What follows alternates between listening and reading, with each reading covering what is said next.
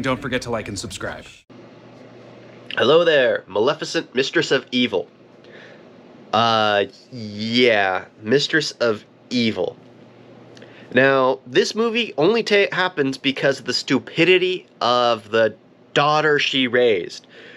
Immediately, she believes in the other queen, who doesn't look very trustworthy, and she had obviously never met her before, believes that because the other queen basically talks, oh yeah, you cursed my husband, you did this to the king, and now we gotta declare war with the Moors.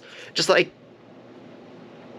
how, when you know Maleficent, you've lived with Maleficent, you've trusted Maleficent, do you turn around and go like, you're the evil one, you're the problem, you're just like, this movie just has too much stuff going on that it doesn't actually do anything right, because she gets shot out of the air, falls into the water, and apparently people have been dying in the moors by other dark fae, creatures like Maleficent. Maleficent hasn't been killing humans, so it's been the others who have been invading the moors and kidnapping creatures that the other dark fae have been killing.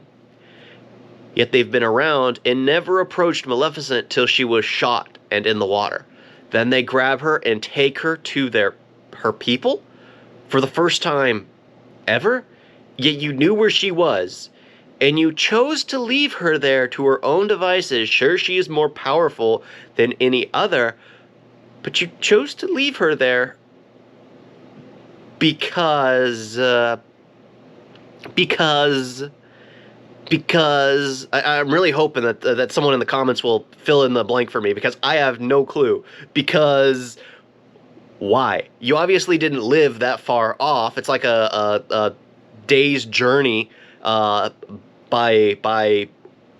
wings. Yeah, a day's journey by wings to get there. How? But it just,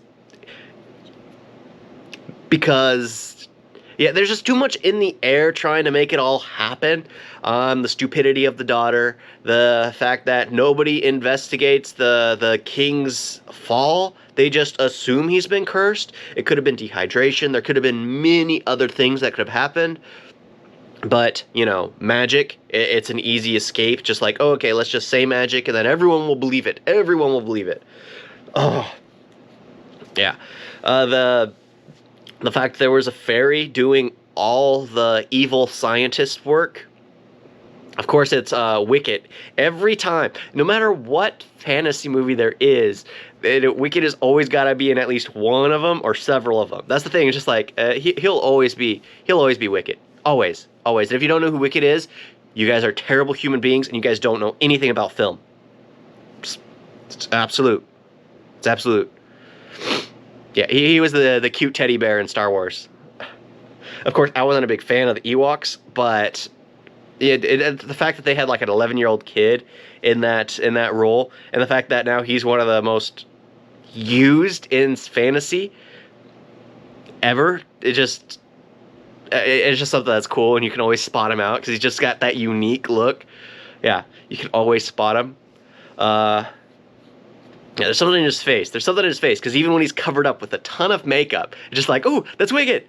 Yeah, the only time I didn't know it was him was when he was wearing a teddy bear mask. But after that, when you know who's under the mask, it's just like, oh, that's him. Because he played like 5. He Grimhook in Harry Potter. He played Flitwick in Harry Potter, and he played also the musician professor. Yeah, in Harry Potter. I mean, it's just like. Willow, he was in Willow. Yeah, there's just like so many things he's in that it's just like, okay. Respect. I would love to see his entire reel. I've never looked it up, but I want to see his entire reel. It's all going to be fantasy based. Because he's always brought in because he just can do the role. Yeah, he's got a unique voice for it too, which is why it's a dead giveaway. Anytime he speaks, it's just like, oh, that's him. Sorry. I'm a huge fan of him. I'm a huge fan of Wicked. I've always been. He's just like, he's cool. He's just cool. He's been around since Star Wars. Come on. He was a kid on the set, just like, has been around since then, playing in everything. Come on. You've got to love that. It's cool. It's cool. He's living the dream.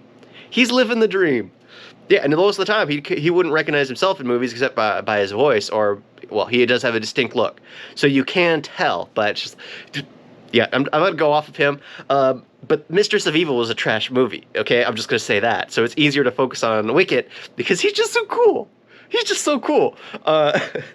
Because you're revolving around the hate of a woman who, the second they introduce her, you automatically hate her. She looks more evil than Maleficent.